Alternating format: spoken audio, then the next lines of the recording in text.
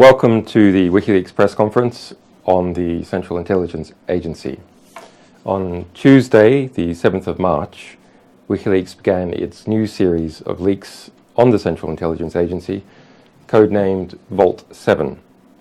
This series of publications is the largest ever publication of confidential documents on the agency. In fact, the collection of some 8,761 documents which we published on Tuesday is already the largest publication of confidential documents on the agency. The material comes from an isolated, that means disconnected from other computer systems, top secret security network situated inside the CIA's Center for Cyber Intelligence. Now that center is both in Virginia, but also importantly there is a branch hidden inside the Frankfurt consulate in Germany. We've put out some aerial shots of that and the details from our publications about how CIA officers are instructed to penetrate German customs and operate there to develop attacks and support attacks across Europe, Africa and the Middle East from the Frankfurt consulate. Now, this has already come out as a result of our earlier publications. I'll go into reactions and updates quickly, but the Central Intelligence Agency lost control of its entire cyber weapons arsenal. What do I mean by cyber weapons? Those are weaponized viruses, trojans, and malware designed to penetrate the smartphones, smart TVs, computer systems of the world, and then control them, disable them, insert information to them, extract information from them. Now, this is a historic act of devastating incompetence to have created such an arsenal and stored it all in one place and not secured it. WikiLeaks discovered the material as a result of it being passed around a number of different members of the US intelligence community out of control in an unauthorized fashion. Just yesterday we've had a tip-off from a virus researcher who says that he believes that one of the viruses whose descriptions we had published that infects Apple Macintoshes, in particular their UEFI boot system, that he was attacked by that. So it looks like not only is that material being spread around contractors and former American computer hackers for hire, but now may be in the black market, or is perhaps being used by these American hackers who sometimes, cross both sides of the fence. They're called grey hats to attacking others. So the CIA developed a giant arsenal, what appears to be the largest arsenal of Trojans and viruses in the world that attacks most of the systems that journalists, people in government, politicians, CEOs and average people use, didn't secure it, lost control of it, and then appears to have covered up that fact.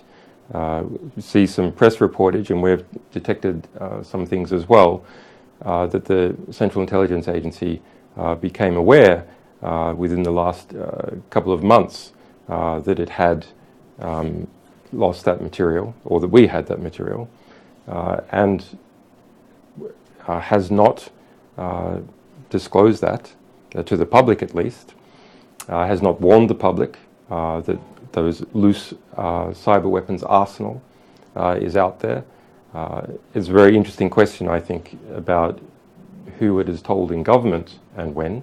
Did it tell Barack Obama? Did Barack Obama conceal that during the election, after the election?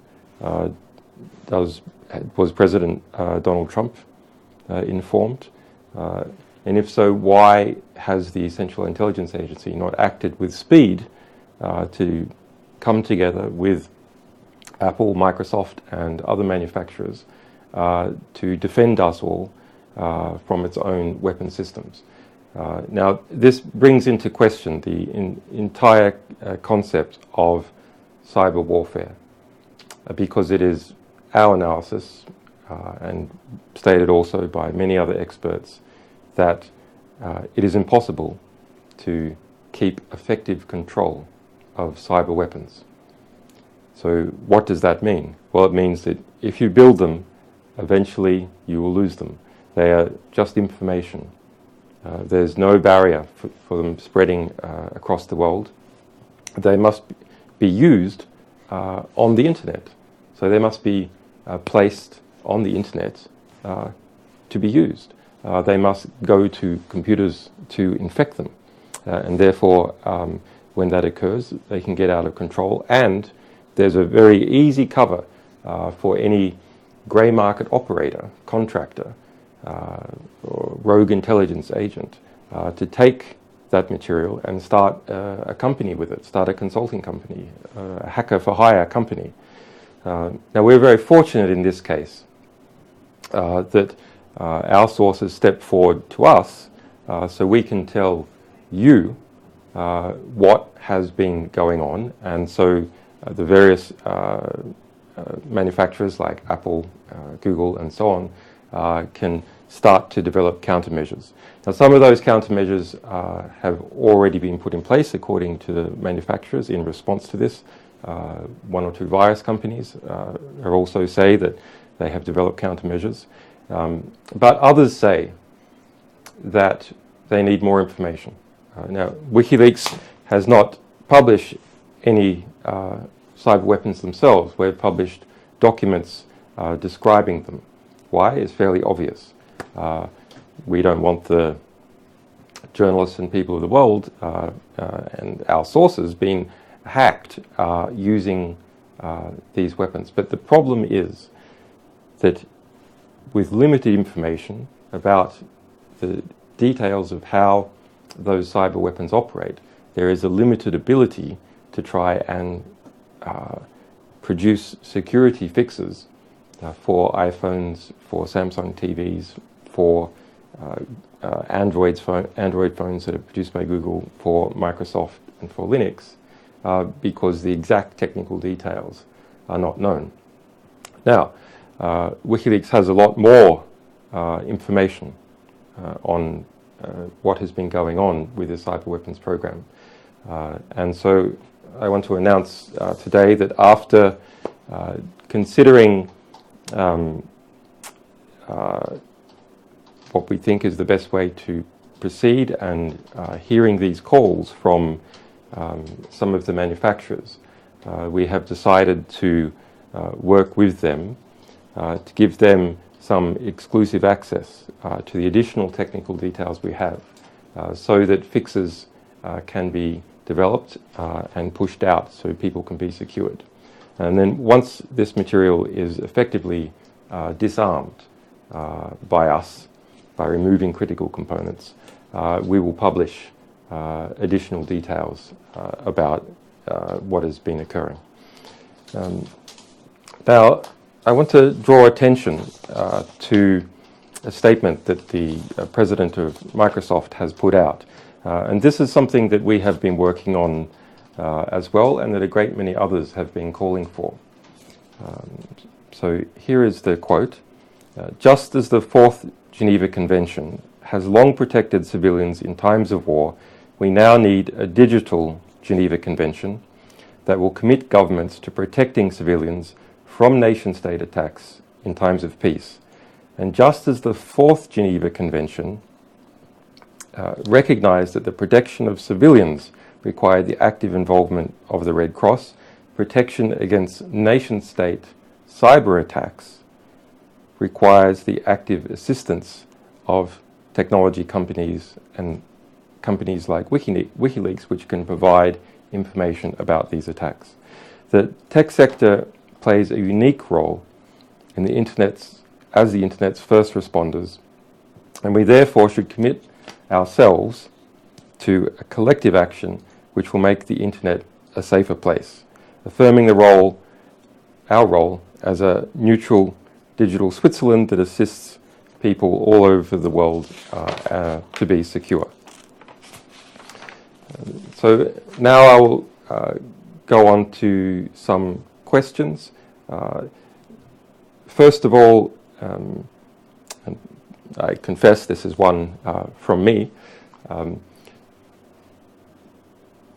does WikiLeaks have a position on this sort of material? Well, WikiLeaks has a position on publishing in general. We fight for the rights of publishers to publish. We fight for the rights of sources to be protected. And we fight for media accuracy, having obtained a perfect record in the last 10 years. It's one of our comparative advantages.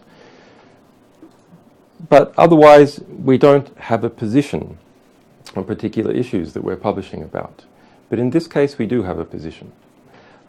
We have a position because these types of cyber weapons are used to attack the communication technology that journalists use to communicate with their sources and with each other. The sorts of technology that investigative reporters reporting on the national security sector, reporting on war crimes, use to communicate their information within their media organization and back and forth with their sources. For example, the New York Times has put up a tip line that is based upon the Signal protocol. Now, Signal is a good encryption system for mobile smartphones. But what's the problem? Well, if you control the smartphones, it doesn't matter how good the encryption system is. So Signal and Telegram, from that perspective, can simply be bypassed by attacking the endpoints, attacking one of the telephones belonging to the source or one of the telephones belonging to the journalist. And the New York Times has a central tip line, one phone, that all its tips go to for the Signal protocol. And of course, that phone can be hacked. It doesn't matter what the security system is. As a result, you see the numbers coming into it, and you see the messages exchanged. So WikiLeaks does have a position. We want to secure communications technology because without secure communications technology, journalists are not able to effectively hold the state to account. Is WikiLeaks' protections for its sources, are they affected by this? No. They're not affected, not directly. Why is that? Well, because we're specialists in this area. We're specialists in source protection. And I've known in general about this type of problem for a long time. So our systems are developed to not be exposed. They're not based on smartphones, for example. We have specialized cryptography. There's not susceptible to these types of attacks. On the other hand, are our lawyers susceptible to these types of attacks? Yes, they are. A lot of them are susceptible to these types of attacks. Are our key security staff? No, because we understand that. But we want to protect all our staff and the rights of journalists and sources to communicate effectively. Okay, so that's my question. Now I go into the others. It's a question from CNN. As long as these are overseas targets, isn't it legal for the CIA to do this? Well, first of all, I just like to, it's a legally important question in the United States, but there are many questions that might be asked by CNN. One that seems to defend the interests of the CIA, I think, is a bit problematic, has been the first question to ask. Well, the answer is this. Unfortunately, the CIA does have a history of attacking not only the political parties operating overseas. We just published how the Central Intelligence Agency issued instructions to its staff to penetrate the last French election cycle in 2012, last French presidential election. It has a habit of behaving badly inside the United States as well. Now, that's an extensive habit going on for years. Most recently, in 2014, the CIA was denounced by the US Senate Intelligence Committee because it had hacked their investigation in Congress into the CIA torture program and had used its hackers to retrieve documents that the Senate Intelligence Committee had, evidencing what the Central Intelligence Agency did in terms of torture. Why did it do that? Well, it's given various excuses. The answer probably is because it perceived that that information would be a threat to itself as an institution. This is how institutions behave, especially intelligence institutions. The CIA is the largest intelligence agency in the world by budgetary expenditure, and of course it wants to maximize its own institutional power, and key individuals also want to defend their programs or increase their roles, get themselves into a position where they can cash out and go to work for defense contractors. What about WikiLeaks material in the first part of Alt 7? Does it demonstrate the CIA hacking targets within the United States? That's an interesting question. The answer is not no. There are more than 22,000 IP addresses that we have detected, internet addresses, that correspond to computer systems within the United States. Now, one of the large research projects that we have underway is how many of those systems are attack systems that are used to relay and pass attacks from the CIA out into the rest of the world, and how many of those are intermediary victims, that is, say, an internet service provider which is hacked in order to create an attack somewhere else, overseas, and how many are direct victims, how many correspond to, say, a visitor to the United States from a foreign country, how many correspond to joint operations between the CIA and FBI, with the CIA providing technical support, etc. So it's a complex question that is not yet resolved, but there are more than 22,000 IP addresses corresponding to CIA activities in the United States.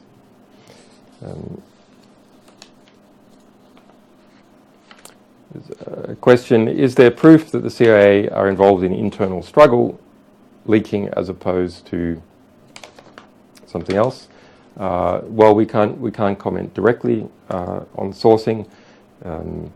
As someone who's studied the behavior for many years of intelligence agencies in different countries, it is an unusual time in the United States to see an intelligence agency so prominently involved in domestic politics. Now, as a sort of level of principle, that's quite problematic. There are arguments on the other side that obviously if there's an extreme government, then perhaps that does call for illegal behavior by an intelligence agency. We don't have an opinion on whether that is the case yet or not in the United States. WikiLeaks is, I guess, intellectually intrigued to see this conflict occurring because it does tend to generate whistleblowers and sources on both sides of the equation.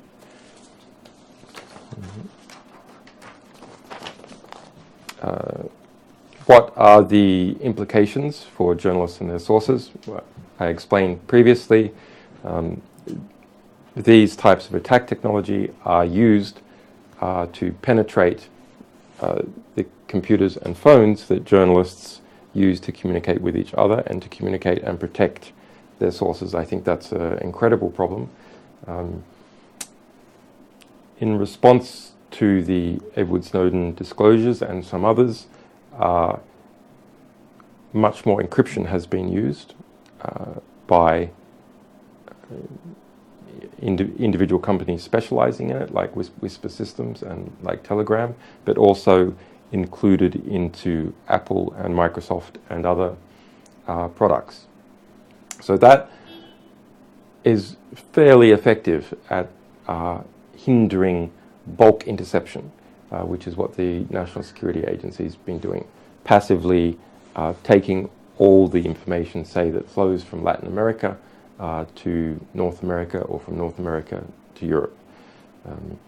But in response, the Central Intelligence Agency, at least, has diversified to specialize on attacking the endpoints prior to encryption occurring or after decryption occurring. And you say, okay, but that at least means that they have to engage in targeted attacks, which is more expensive and might have more of a audit trail. That's true, but we have exposed a particular section of the Central Intelligence Agency called the Automated Implant Branch. So that is not just to develop viruses and other attacks to put into people's computer systems to facilitate a CIA hacker in doing that, but also to automate how that is done. So you can see that between an individual targeted attack, which is direct and invasive, and massive passive bulk interception, there's an intermediary point, which is the increasing automation of targeted attacks. They're automated enough, they start to approach the level of bulk passive interception. We're not there yet for most countries, but we are shifting significantly away from one CIA officer directing one hacker who attacks one target. Rather, we're seeing systems developed and whole branches of the Central Intelligence Agency to automate attacks and infestations of CIA malware into targets. How do these practices by the CIA impact on members of the general public? Android phones, iPhones, Samsung TVs, etc. Well, in a number of ways. So you might think, as a member of the kind of average person, well, is the CIA interested in you? We have this problem that increasing automation of these attacks means that the interest may not have to be that high. You might know someone who, say, works for the French government, who will be the target of such an attack because they're involved in decision-making about large French exports. And we published a previous document showing how the ODNI, that's the oversight body for all intelligence agencies, instructed the CIA to try and get hold of every single French contract valued at over $200 million.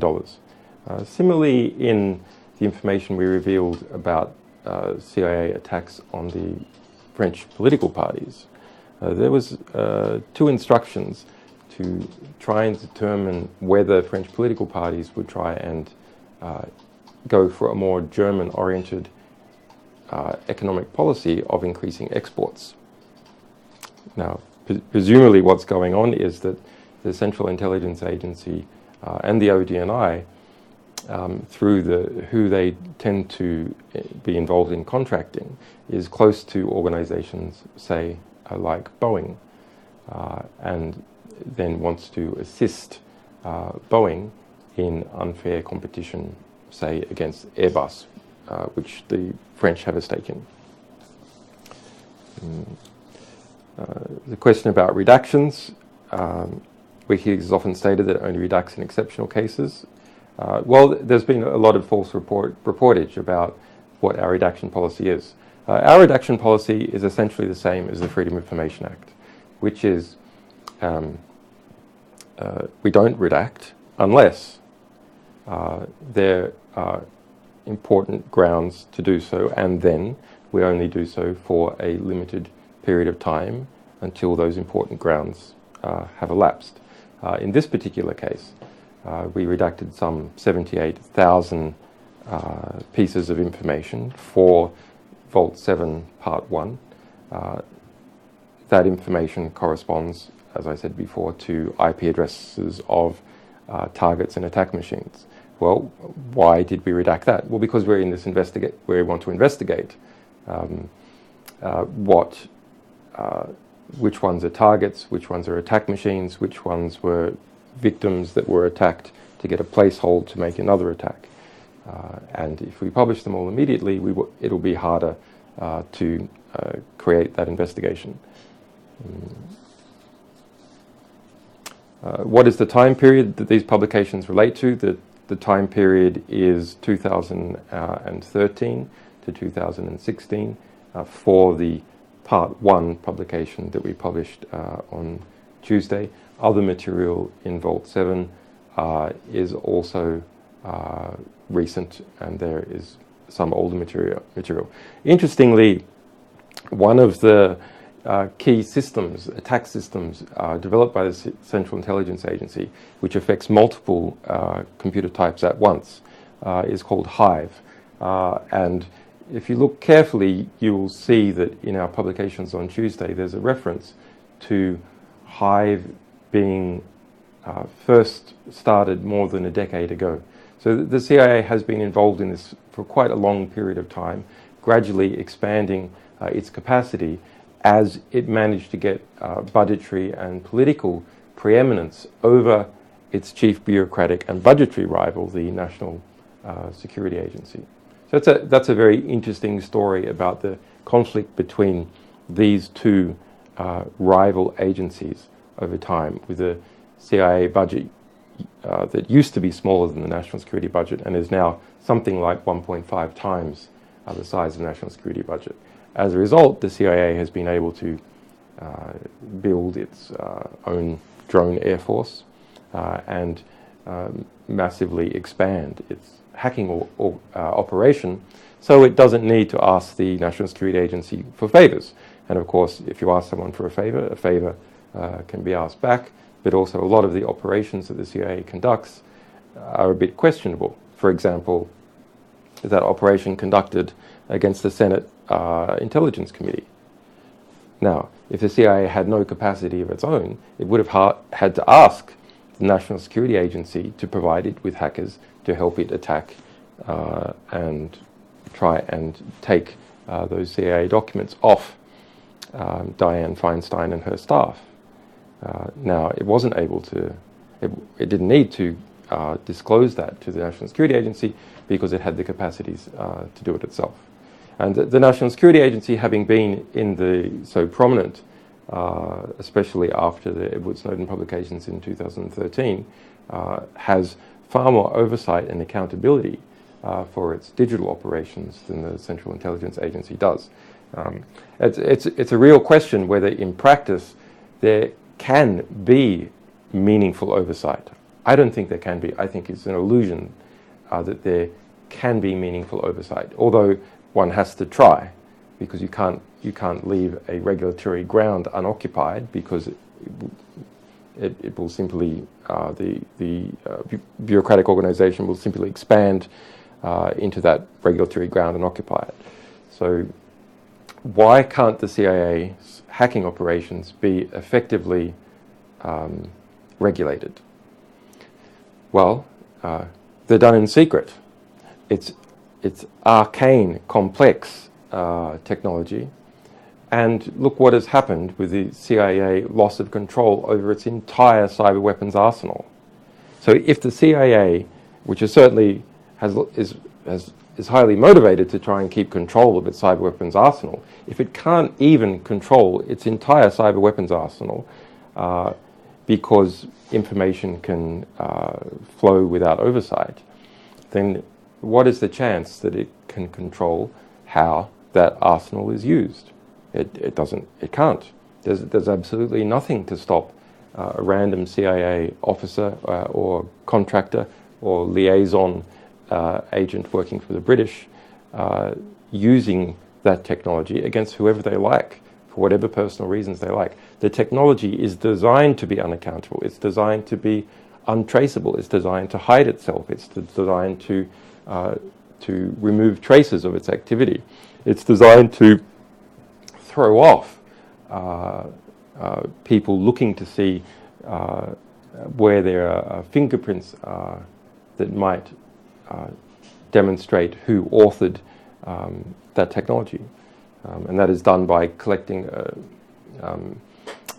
viruses and malware from mafia and various groups in other states and assembling them. That's something that we published, that there's a whole section of the CIA working on something called Umbrage, which is designed to do that.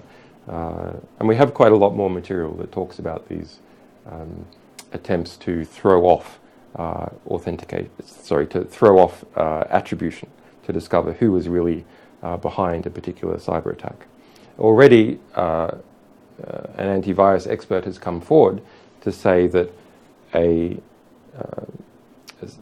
sophisticated malware that he had attributed to a state, either Iran, China, or Russia, now he believes actually is from a Central Intelligence Agency, because the type of attack system it uses corresponds directly to a description that we published of that attack system, and it's rare enough that it seems unlikely it would be independently discovered. Unless, of course, that China has already gotten hold of these parts of the CIA arsenal, and that China is using them to pretend to be the CIA. Is the CIA causing commercial damage to companies through these practices? Yes, potentially billions of dollars of damage.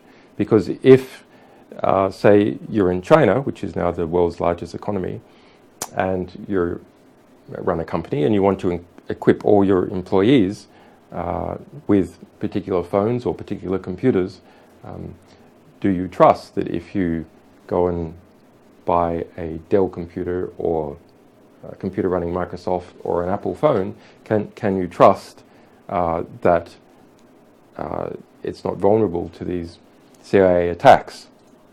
Well, because Apple and Dell and so on are all based in the United States, when it's understood that the US government is breaching previous promises that it has made, which is to tell US industry about these vulnerabilities, then it starts to look like that the US government and US industry is in cahoots.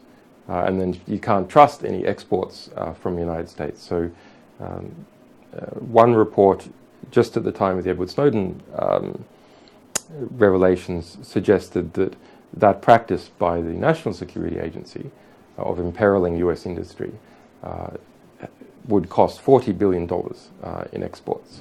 So this sort of behavior by the Central Intelligence Agency, undermining those commitments by the Barack Obama administration to tell US technology companies about vulnerabilities before they were exploited by foreign intelligence agencies or by cyber mafia. That breach of promise decreases trust both in the US government but also in US exports.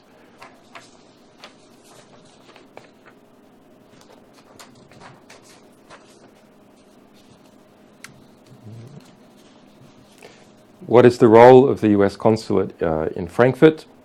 At the US consulate in Frankfurt, our publications reveal, is a CIA hacker base that people go there from the Central Intelligence Agency. They're given instructions about how to get past German customs, and they operate out of that hacker base to attack targets within Europe, within Africa, and within the Middle East.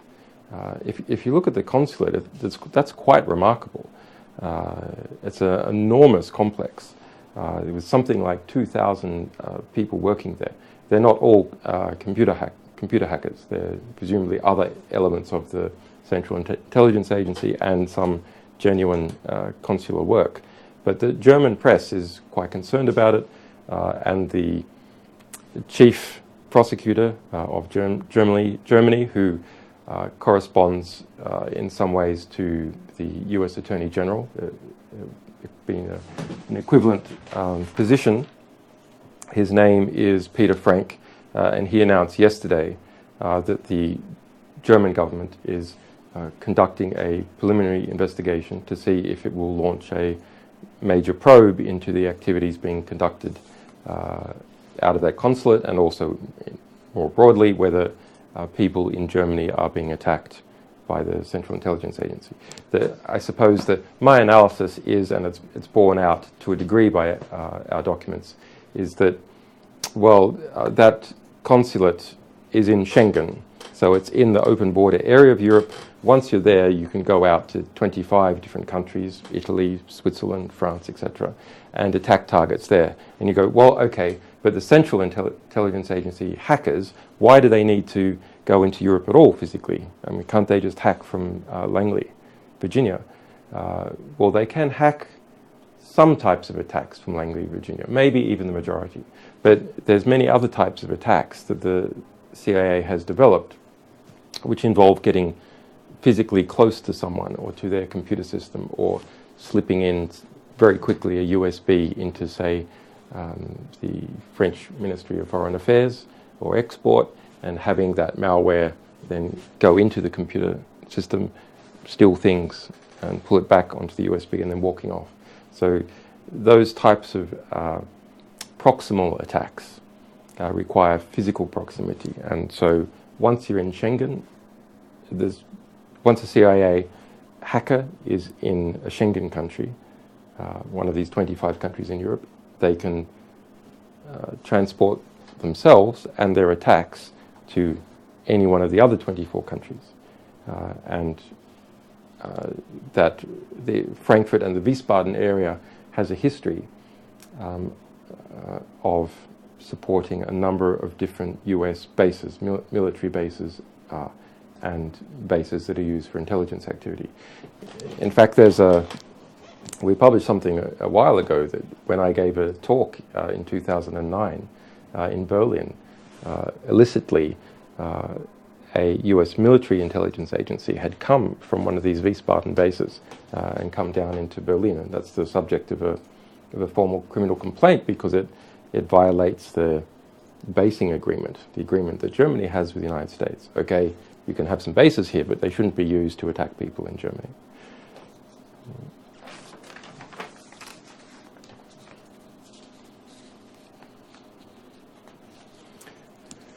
How do these publications shed light on the ability of the CIA to penetrate high security networks not connected to the internet? Important question. So they're called air-gapped networks. So you're worried about being attacked over the internet, you make your machines internet disconnected. That's what most police networks do, for example, or networks that are inside companies, say like Boeing. They disconnect their network so that hackers, they think, can't attack them. But the CIA has created a number of viruses, one, for example, called Hamadrill, which are air-gap jumping viruses. So they sit on a computer waiting, this particular one, Hamadrill, sits on a computer, a Windows computer, waiting until someone goes to burn a CD-ROM, puts software on a CD-ROM and jumps onto the CD-ROM, infects the executable, the programs that you put on the CD-ROM. So then when it goes somewhere else, it then infects the computer and it starts a channel. There's a number of at least 30 different types of malware that the CIA has created to try and do that. Some that are designed for CIA hackers and CIA agents to, say, pretend to go somewhere and pretend to give a presentation, or use VLC, Video Land, it's a video player, to play a video or to give a presentation. Meanwhile, behind the scenes, the video presentation software and its Trojanized version of VLC goes into the computers that it's plugged into, surveys them, infects them, and ransacks the material, brings it back. So you invite someone into your company or government department to give a presentation. They put this into the presentation computer and it's infected. Similarly, to play a video and it's infected. Many other different things. One is even a virus scanner. So someone is pretending to be a computer security consultant to remove viruses from an organization. And in fact, the virus checking program is the CIA virus that is used to infest the rest of the computer network and retrieve information. Among the list of possible targets, are there any references to extremists or transnational criminals, etc., etc.? Well, in the material that we published on Tuesday, Vault 7 Part 1, no, it's conspicuous. There's no reference to terrorism. There's no reference to extremists. There are references to many other target types. For example, liaison agents. So allied intelligence agencies speak to the Central Intelligence Agency. And the CIA has developed a menu of frequent attacks that include attacking the liaison officers coming presumably from GCHQ or the DGSE, which is a French intelligence agency, who think that they are cooperating with the CIA, but really the CIA is infesting the liaison agent. So they're all there in a menu called fine dining. It's a list which is literally describes itself as a menu of frequent attacks and attack types that is given to CIA case officers.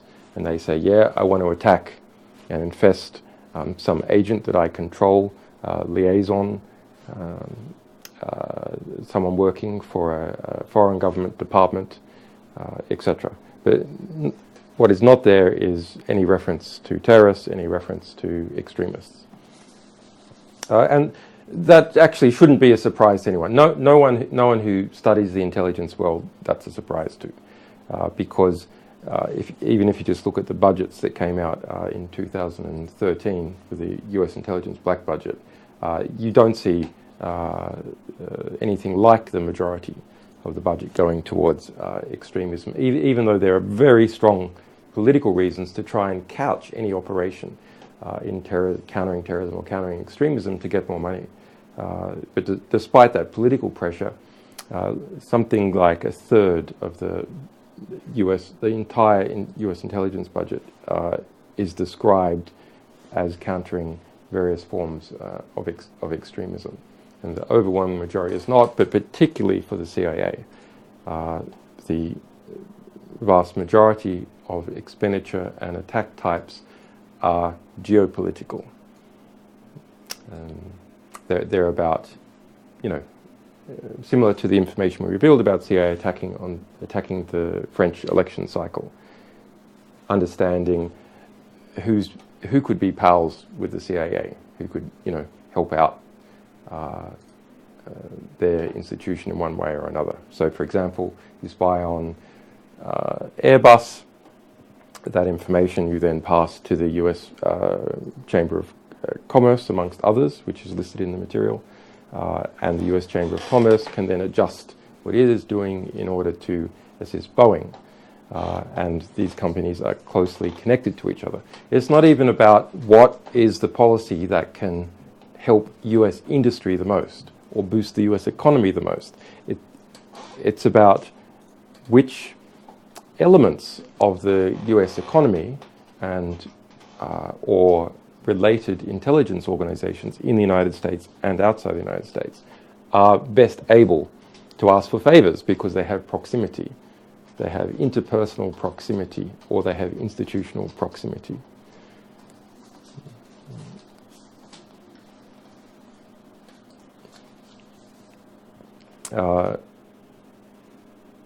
The question about a story that's in the press, the possible hacking monitoring of President Donald Trump and his team. Do these revelations shed any light on what is possible in this regard. Well, there were earlier press reports that the Trump cabinet has been using an encryption system called Confide, where the messages disappear quite quickly. It's sort of like an extra encrypted version of Snapchat. Well, I mean, it doesn't matter. It's on smartphones. This software attacks smartphones. It doesn't matter what encryption you're running on it, whether it's Telegram or Signal or Confide. It can bypass that encryption. It can turn on the microphones. It can monitor movements. It can activate the camera to look at photos that have been taken. Has the CIA done that? Well, this material doesn't comment on whether it has done that to President Trump. I suppose a question that is of interest is there was a lot of there are numerous press reports in the New York Times and Washington Post, some in Politico, that people close to President Donald Trump had been monitored in a counterintelligence activity, possibly by some parts of the US government, possibly FBI. FBI had been mentioned, NSA had been mentioned. On the other hand, it seems that many of the leaks to the media are coming from the Central Intelligence Agency based upon how they're described. There are a number of collaborations that are evidenced by the material that we publish between the FBI and CIA, National Security Agency and CIA. So I think there's a real question whether that technology is being used or has been used in these types of investigations. That is a separate question to whether CIA officers have been pressing the button on that technology. What is often done in the commercial industry, the commercial spying industry, is if you're in the commercial industry, you can be prosecuted for hacking someone. So what happens in the commercial industry, and you can look at a big publication we did called Hacking Team, where we published more than 1 million emails from an Italian computer hacking contractor called Hacking Team.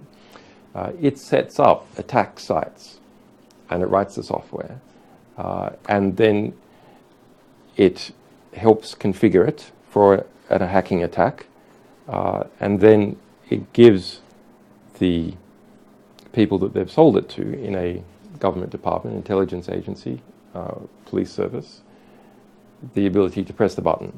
So they hope that that removes them from being accountable for the attack. They've just created the system to attack, but the actual button was pressed by a different party.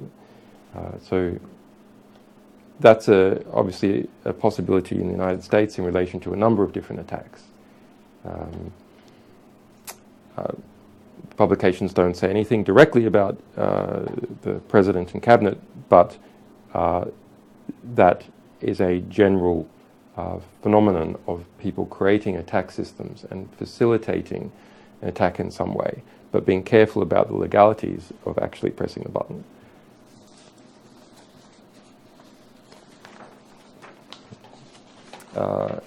How many parts to the Vault 7 series? Well, we have a lot of material. It's a big journalistic investigation from us, from our partners. We need more partners. So those who have engaged in journalistic excellence on reporting the material that we have published so far, and has been some good reports. We'll look at those people and try and approach some of them to get them in. There's more work than Wikileaks can do on its own. That's quite typical with some of our big publications. So we assemble international teams to try and get as much understanding in as many different languages as possible, and then also finally make sure a lot of the material is published, so the public can also miss any angles that us and the combined journalistic team have missed. In this case, we have an extra problem, which is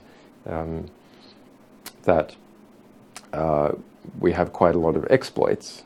That is this key attack code that we want to disarm before we think about publishing it.